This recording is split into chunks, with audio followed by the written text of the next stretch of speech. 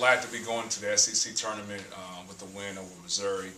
And I told our team that we need to get back to our identity. I thought we did a very poor job defensively in our past two games at Vanderbilt and at South Carolina. That's not our identity. And I thought we did a very good job at getting back to that against Missouri. I don't believe they scored on consecutive possessions the whole game, holding them under 50 points. And that's a goal of ours, to make sure we keep people in the 50s defensively. Obviously, we would like to get out of that offensively, but defensively, we'd like to do a steady job on the defensive end. Excuse me. Getting ready for an Auburn team that just got done playing really well against a very good Georgia team. With Auburn, KT Harrell is one of the better players in the SEC, and his ability to shoot the basketball, not just from the perimeter, but from deep, is always a problem. And I think Simeon Bowers is a kid in the post that's hard to guard because he's a guy that can draw fouls, a guy that can drive from the perimeter, and does a really good job on the offensive glass. And if they have Mason available, he's a guy that's a third scorer there that really makes him hard to guard. Coach Pearl said this morning on the teleconference that y'all really dominated them in that first game. What allowed y'all to have such much success over there? Well, I don't know if we dominated them, because I think it ended up being like a 2-point ball game or 1-point ball game at some point in time in there. I thought we were able to handle their press fairly well. I thought our guys did a really good job of throwing the ball over the top and attacking. And we want to do that when teams press you. You want to be in an attack mode. I thought our guys made smart decisions when they were attacking. The other thing we did, I thought we did a pretty good job on the defensive glass. It's some factors that goes into playing Auburn, because you got to make sure you get the ball in bounds first. And that's not just on the press break, it's also on the underneath out of bounds. They do a really good job of denying there. But we had some guys step up and have some big performances. I thought I.J. Reddy really played well in that game. Chicken was starting to get back into form during that game, but I thought Gavin Ware was a presence down low for us and did a good job down there for us. Talking about Chicken, looking down through the stats, and where do you think this team would be if he wasn't coming back from back surgery like that and finally finding himself? Oh, I mean, like I said before, I think he's had a first-team All-SEC performance, and he just means the world to his team, because he's the guy on the perimeter that the other team has to worry about. Anytime we run any sort of an action, whether it be ball screen action, downstream action, now he's become a guy that the other team has to worry about, so he's at the top of the scout report. So I think he's done a really good job knowing that all eyes are on him and still coming through every single game. He shot the ball better, because I've seen the last couple of seasons his game was driving, and now he's able to knock down those shots and actually with the drive as well. Just talk about the progression with the shot too. Yeah, I think that's the one advantage that you have with him with the back surgery, was the fact that he wasn't able to cut and move and do some of the things, so he did a lot of fundamental shooting, a lot of fundamental ball handling. I think that timeout really helped out with his form shooting, and we saw it carry over into the court now. So you always got to try to find a silver lining out of something as far as the back surgery, and I think he found that. Since you've been here the last couple of years, obviously you guys haven't had much success in the regular season, but you guys have seemed to find another level of the SEC tournament. Even when you lost, you guys played well and just kind of lost some gas right there at the end. But that's something you guys can point back to and showing the success they've had in postseason play. Yeah, I think what you want to see is a progression for us, Paul. We like to get to a situation where we win the first game and now win the second game.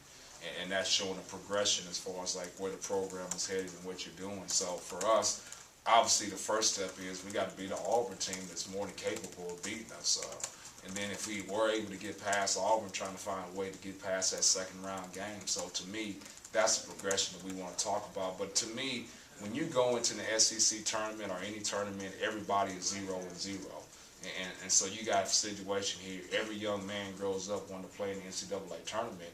And for us in our situation, the only way to dream, to make that dream a reality, is to win the SEC tournament. So that should be inspiration enough. Rick, when you look back at the last time you played Auburn, it seemed like that was kind of the turning point of the season after the second half of that Vanderbilt and Auburn. What happened during that stretch that the switch kind of flipped? Well, I thought our guys started to accept their roles and do some things that we need to do offensively. I think it's always a struggle trying to get a young man to see what your vision is for him and what the actual vision is and what he thinks trying to find that happy medium in between those right there. And I think our guys started to figure out offensively what can be success for us on the offensive end. And defensively, our guys have always played hard and tried to do the things we asked them to do.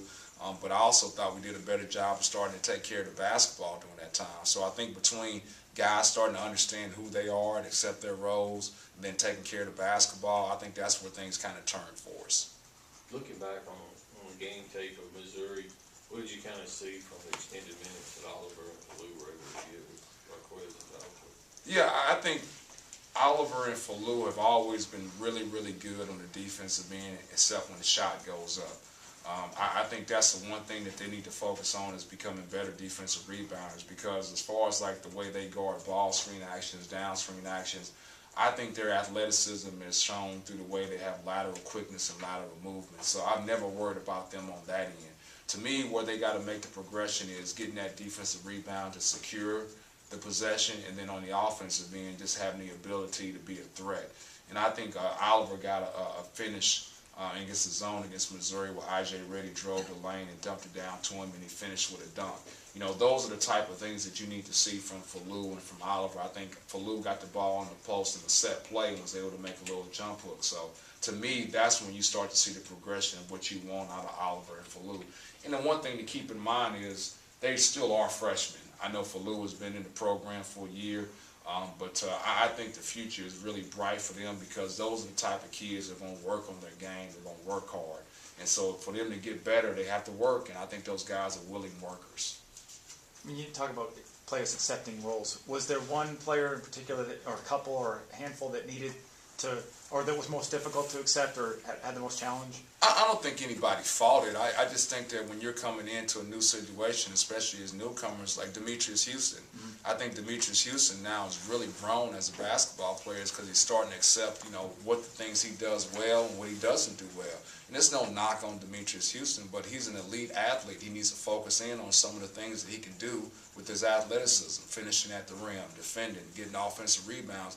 Right now, his strong point is not shooting three-point shots, so try to avoid those types of things. But I think the biggest thing that he's grown is just when to make the extra pass instead of trying to make a play. He was averaging way too many turnovers per game, and so what he's done now is he started, just like, don't try to make a play every single time I get the basketball. Just pass the basketball, and now I can live to go another day. When you see an IJ, what kind of strides has he made in that sense of accepting his role and knowing what's in his game? Well, with IJ, it's a little different because you want IJ to do more. It's kind of different than what some of the other guys accepting their roles are. So, to me, what IJ's got to do is, not settle for his jump shot all the time. I think he's a guy that can get into the lane and make plays, but I think sometimes, especially at the end of the shot clock, he settles for a jump shot, which ends up being a contested jump shot, where he has the ability to get in there and make a play, not just for himself, but also for others. Fred's numbers have kind of decreased over the last week or so. What do you got to do to get him back involved in the offense? Well, I wish I knew. That's something we're always trying to figure out is what can we do to make Fred Thomas a better basketball player? And I think everybody sees he has a ton of ability. He is a guy, but he's a streaky guy. And so that's something we need just out of him, is just consistency. And so what we're looking for is that consistency. So we never want a situation where we don't want Fred trying not to score. We want Fred to be a scorer for us, but he's got to find kind of that happy medium for himself where he goes from being a guy who scores 4 points to a guy scoring 18 points to back to a guy scoring 5 points. We like him just to hover whatever that number is, whether it be 11, 12, 13 points per game. That's where we like him to be at. With Travis and Demetrius kind of emerging, where does Fred kind of fit into that role? Do you see those three players similar, or are they different, or in playing time in that 3 or 4 spot? Well, I think for us it's just finding that third guy. For us, we know that I.J. Reddy is going to be your point guard, and Trevante is going to back him up. We know that Chicken is going to be the 2.